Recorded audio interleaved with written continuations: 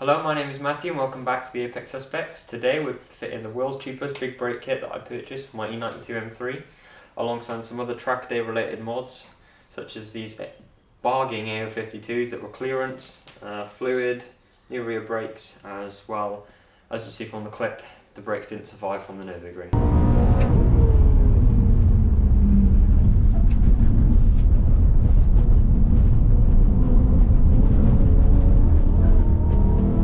So today we're going to fit these. We've got a track day on Monday, so yeah, time crunch time.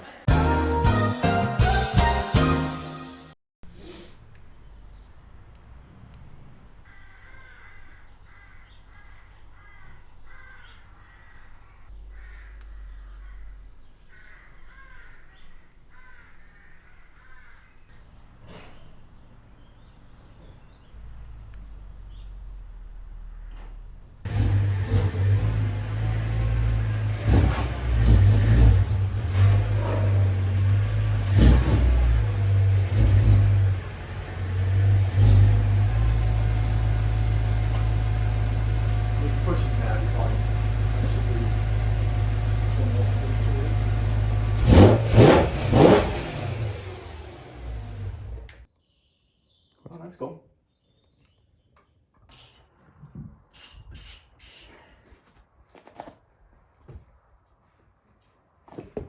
So we are currently attempting to get the rear wheel spacers off, which is being a bit more of an issue than we might have initially thought.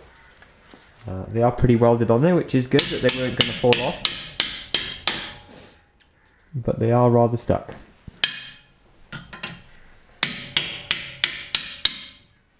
Catch it.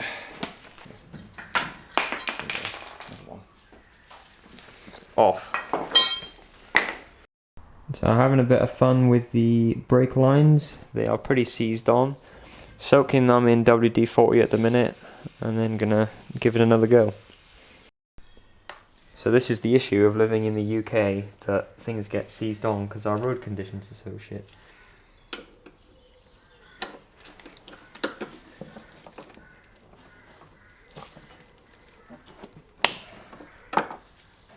So there's plenty of videos of Americans, especially in the sunny states, getting these off with ease, but unfortunately if you live in the UK you might suffer the same issue that we're having.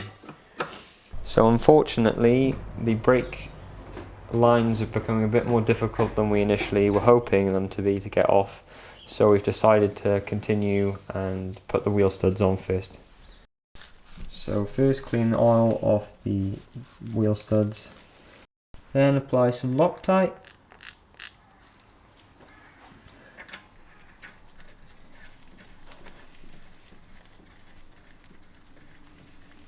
And then thread them in. Now we're going to torque them to 40 Newton meters.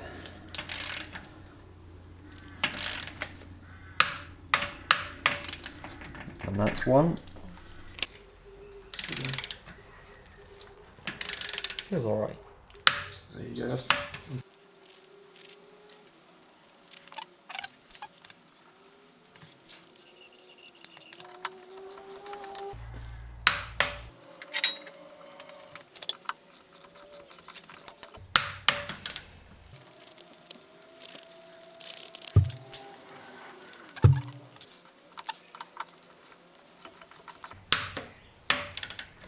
So that was the last one, now just checking they're all tight.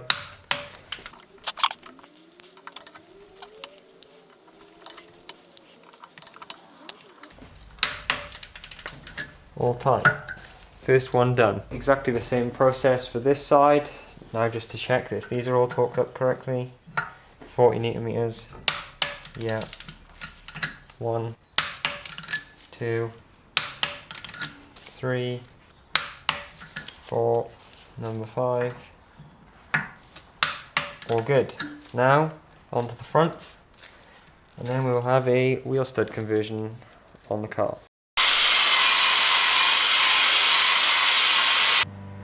So doing the front here now. Some Loctite. Make sure to get the threads coated, more so the bottom.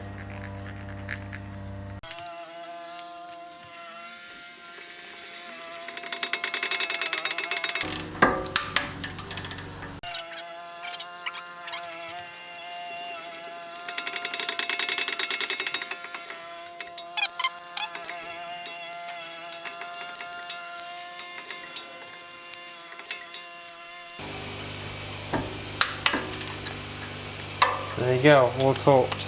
That sounds like it's on. Right, last wheel to go on, and then we're rushing to the tyre shop to get some semi-slicks fitted. We've got a time crunch, we only have a couple minutes, so this is flat out.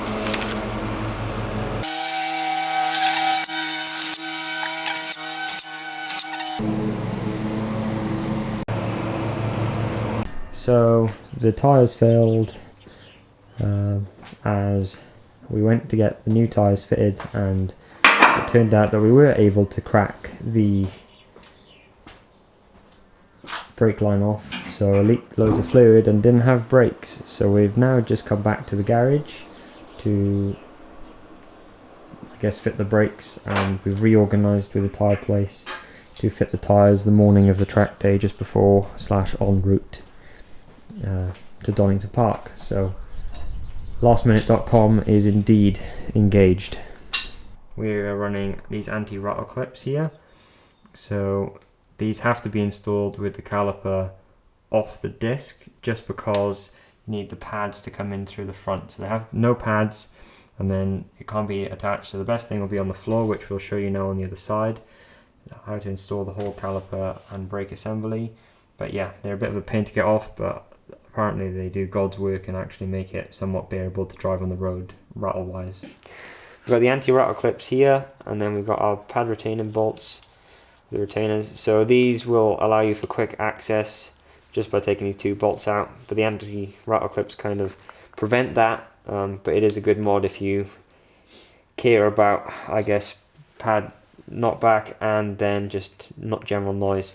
So I'd recommend doing all this on the floor, and AP do as well, because you're not going to really have a good chance at getting these clips on and the pads in on the disc. So make sure it's all done on the floor.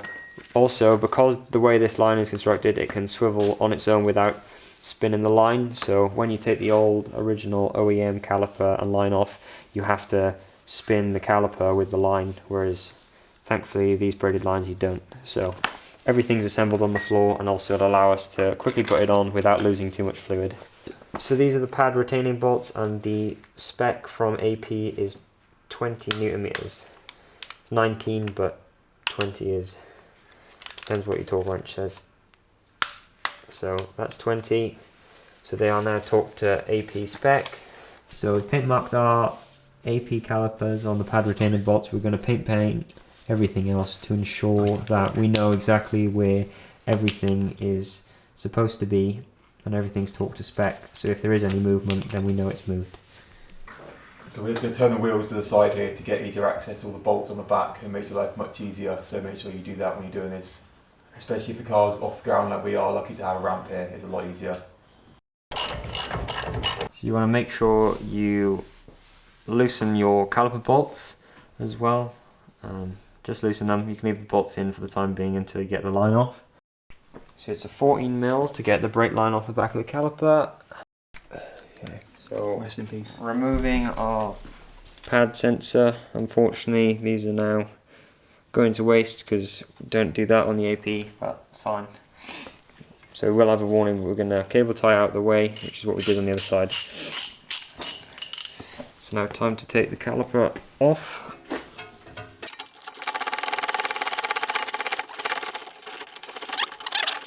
So the caliper bolts are 18 on the back. Just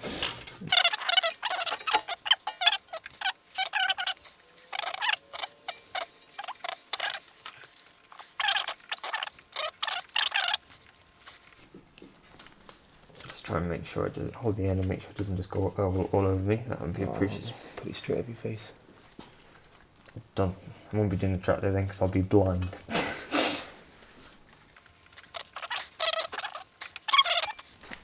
Big, heavy piece of shit off. So the main reason why people change these is they are a massive single piston with no factory ducting, and the pads are actually tiny despite the big size of the caliper. So that's the main reason for heat dissipation on a big brake kit, alongside actually having multiple pistons. So yeah, you want to take your grub screws out of your disc, and yes, we are ratcheting this one out, but no, we had to drill the other front one. So yeah, surprisingly that one came out, but yeah, most of the time you just have to be prepared to drill it, which we did have to do on the other side. And off comes the disc. You have to take the dust shield off to fit the big brake kit. So that is a 10mm, 3 bolts, take them out, and then you'll get a bit more clearance then for both the disc and the caliper. Dust shield off. So the advice we've only got for the line is if it's really corroded, which it will be if you're a UK resident with all the salt we have on the roads, is using some penetrating stuff, and then you probably are going to have to use some vice grips. An 11mm flare wrench is what's supposed to go on the top, but yeah, if it's that seized, which ours are, yeah, you're going to have to use some penetrant and get some more grips and have a wiggle and have a very fun time. So what we've done is put a vice grip on the top and a vice grip on the bottom, and slowly just have to get it to wiggle. What we did do is bend the hat to make sure it was out the way. That also gives you a bit more movement in the lines, so definitely recommend doing that. You can get the replacements from BMW, however we haven't done so because our lines are still seized on the other side, so we actually haven't used them again.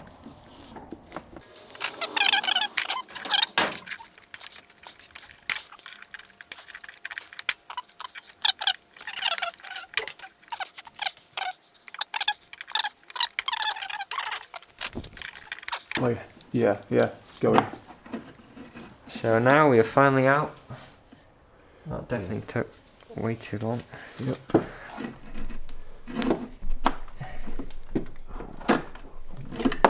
There we go. Line is out. So when it corrodes like that, you want to make sure you clean up the threads.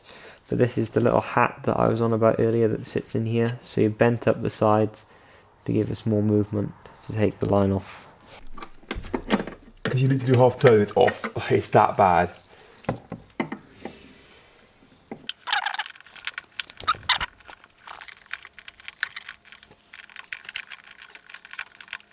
On the disc, there's a couple of dowels. Well, there's 2 that have got a recess for a screw in, and 3 that are just holes that line up with the pins on the hub. So you've got to line them up, which we didn't realise the first time round. So yeah, make sure you do that, because otherwise you'll get your caliper and your disc on, and you'll have to take it all back off just to get it orientated. So that'll help seat the disc comfortably. And if you did have to drill out your grub screws for your brake disc, which most of you will, and we did on the other side, well, your brake disc is then loose, so that dowels will help seat it. But thankfully this time we were one of the only people ever to actually get the grub screw out.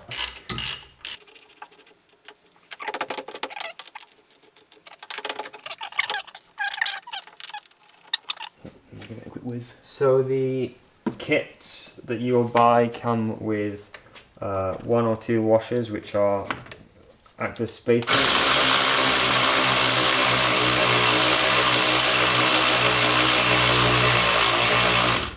So these can be mounted on the outside or the inside of the brake caliper bracket to allow you to align your caliper with the center of the disc.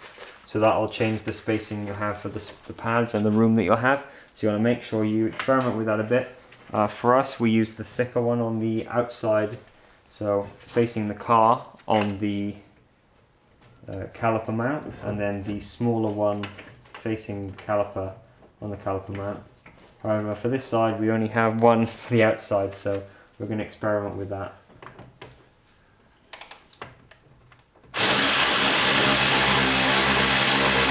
The bolts that mount the caliper to the caliper bracket / mount. So the spec AP recommends is 68 Newton meters, so we're going to torque them to spec. Regarding to spacing, like I previously mentioned, so we are going to apply another washer because you do need the two.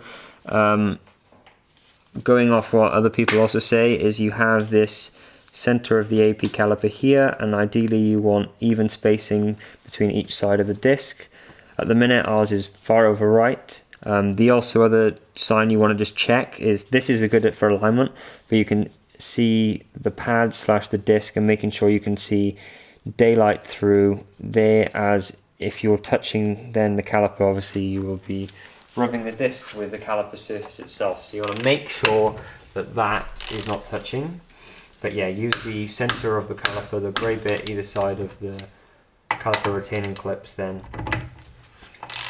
as your reference.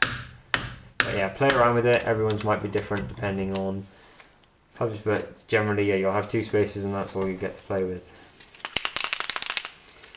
So both of these are now torqued to 68 Newton meters as per spec, and we are paint penning everything just so we know if it moves. So last night I said that the left hand side caliper was only supplied with one washer. So as I said, the other side had two, which we both used, and we were originally a bit concerned since we only had the one for this side. But they are supplied for that reason, as this is now aligned, yet we only have the one washer. So yeah, I think it will all differ depending on your caliper setup, with just how it mounts. So yeah, just have a play around with it with those two washers. Maybe make sure there's one on the outside, one on the inside. I guess it's difficult, but you might need to run no washer on the inside.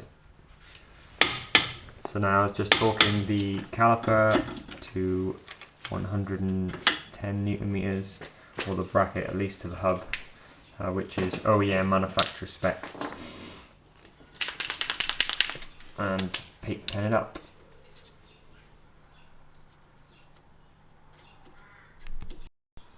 So for the brake pad sensor wires, got a bit more time at the minute, / just wanted to get the job done, everything to be correct.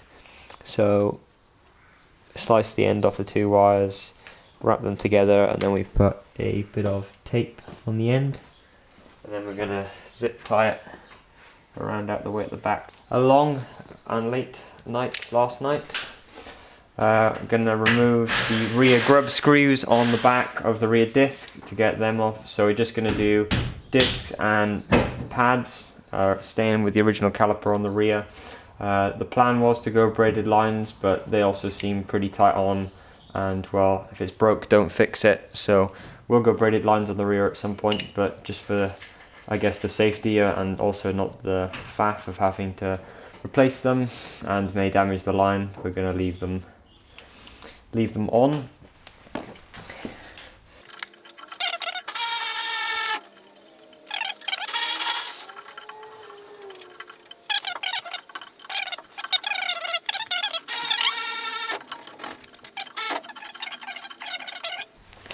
And that's the second grub screw. So yeah, these ones have been touched, so yeah, much nicer than the fronts. Everyone raves about OEM rear discs, so but they are sided, so make sure you have the numbers right to save you some time. 804 on the end, so the 04 is for the right hand side, and the other disc is 803, so a 3 on the end is for the left. 18, same size. So the first thing to get off is this cap, which will allow you to access the H7 hex on the back of the caliper. So make sure it's seared in the top easily. They are rather deep.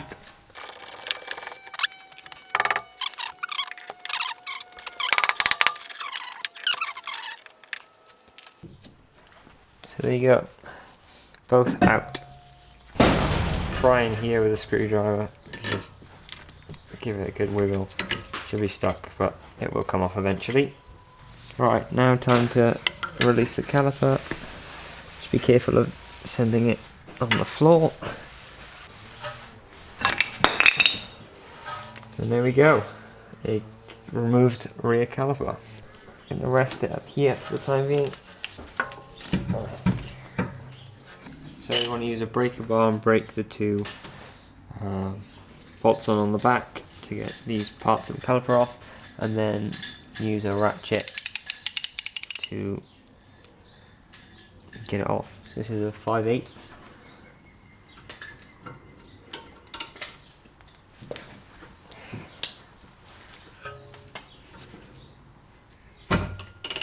Now the knuckle buster out. 2 bolts out. And then this part of the caliper will just slide on off.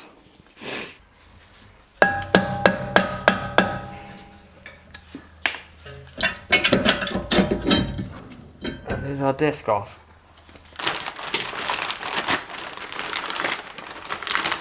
It's time to get the new disc out of the bag. Looks lovely and fresh. But before mounting into the car, you need to make sure to clean the surface, as there's protectants on it, which won't mix well with the brake pad. So we've got some brake cleaner here. I'm just going to wipe it. So you want a fresh pad mounting to the fresh disc, and that's why you have to bed them in to pick up the pad residue onto the brake disc. Now alternatively, if you've done a brake cleaner, I know washing up liquid and water also does the same trick to remove the oils and contaminants. So do as you please. Doing that method, they might start to show a bit of oxidization, which is fine, don't worry about it. It's the same as if when you leave your car sat and it's rained and then water gets on the disc, or you spray them with a jet wash and also leave the water on there. Where your handbrake's going to go. Make sure that's nice and clean. That's the inside of the disc here. Now time to mount the disc. You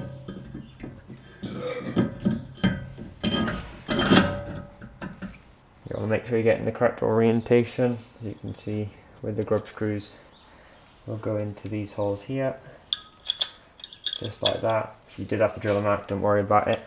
But if you, a stud kit will help secure it and also position the disc, especially if you did drill them out. But I definitely recommend getting new ones. They do tend to corrode a lot.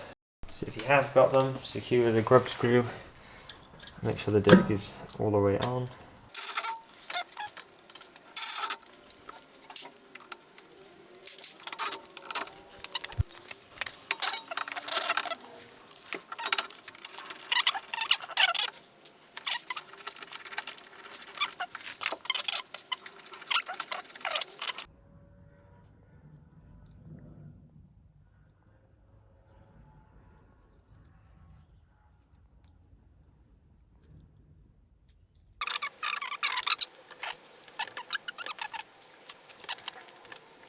So caliper on with pads that are greased up, and the brake pad level sensor is back in too.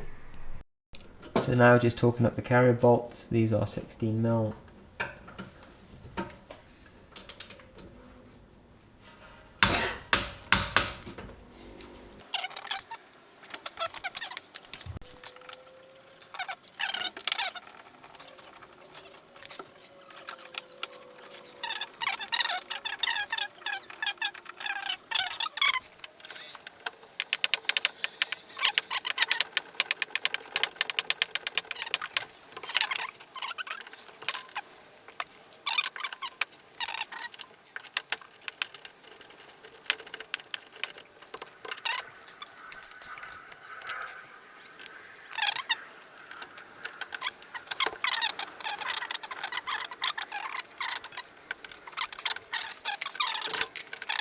Caliper is now done. I think I might have been out of focus, but we've got the front on, we've got pads in, we've got the caps on the back. They also torque to 30 newton-meters.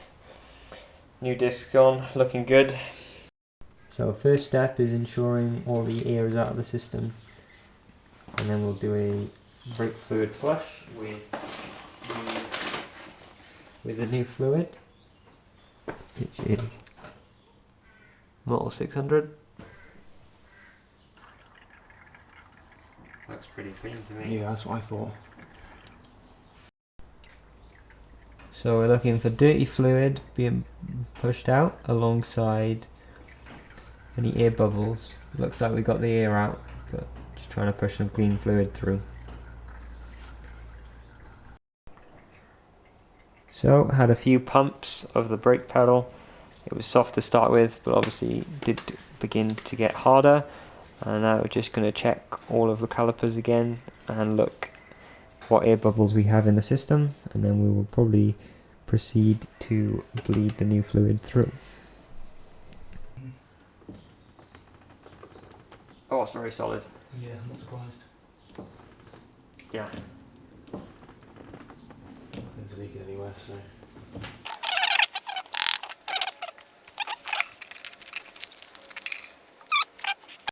So we got about 1 litre of RBF 600 motor in the bleeder.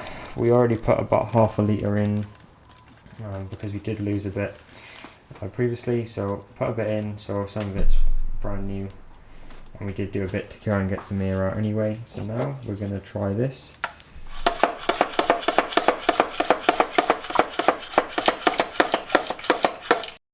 So starting with an empty bottle, the old liquid seemed to have more of a yellowish hue to it.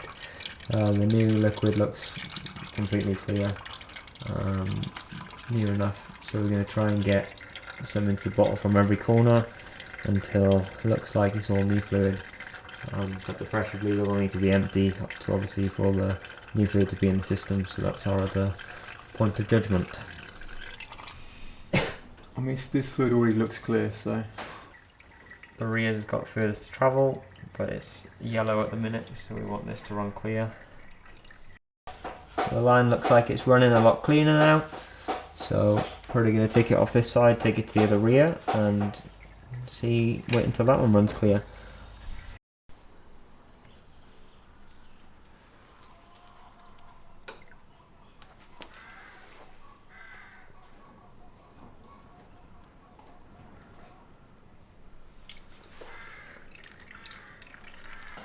Left rear, and as you can see by the coloration of that, it's very yellow in hue at the moment.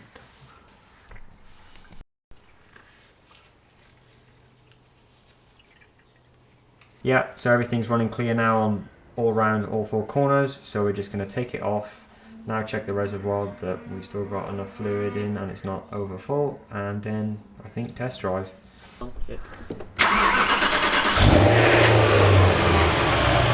Right, we're going to see what the brakes feel like with the engine on. Very loose. Lovely, soft. Soft and then stiff. I can press them again.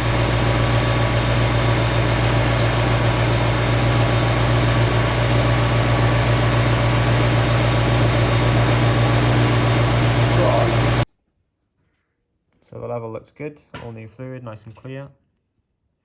So time to see how the brakes feel.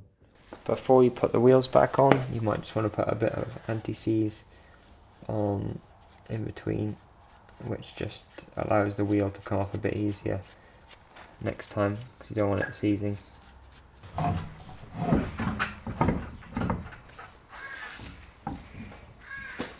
So we got our big brake kit on, and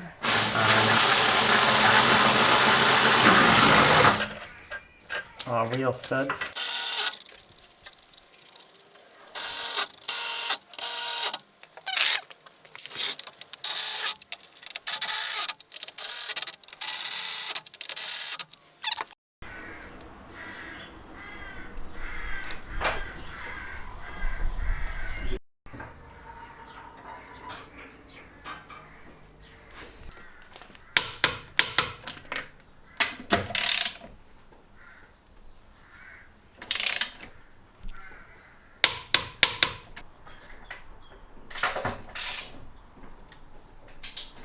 So just come back in from a little test drive, all seemed well. the car stops, which can't really ask much more than that. Doesn't look like we've lost any fluid in the reservoir, and we're now just going to bolt check everything and check for any leaks anywhere, but we think all is good. No warning messages.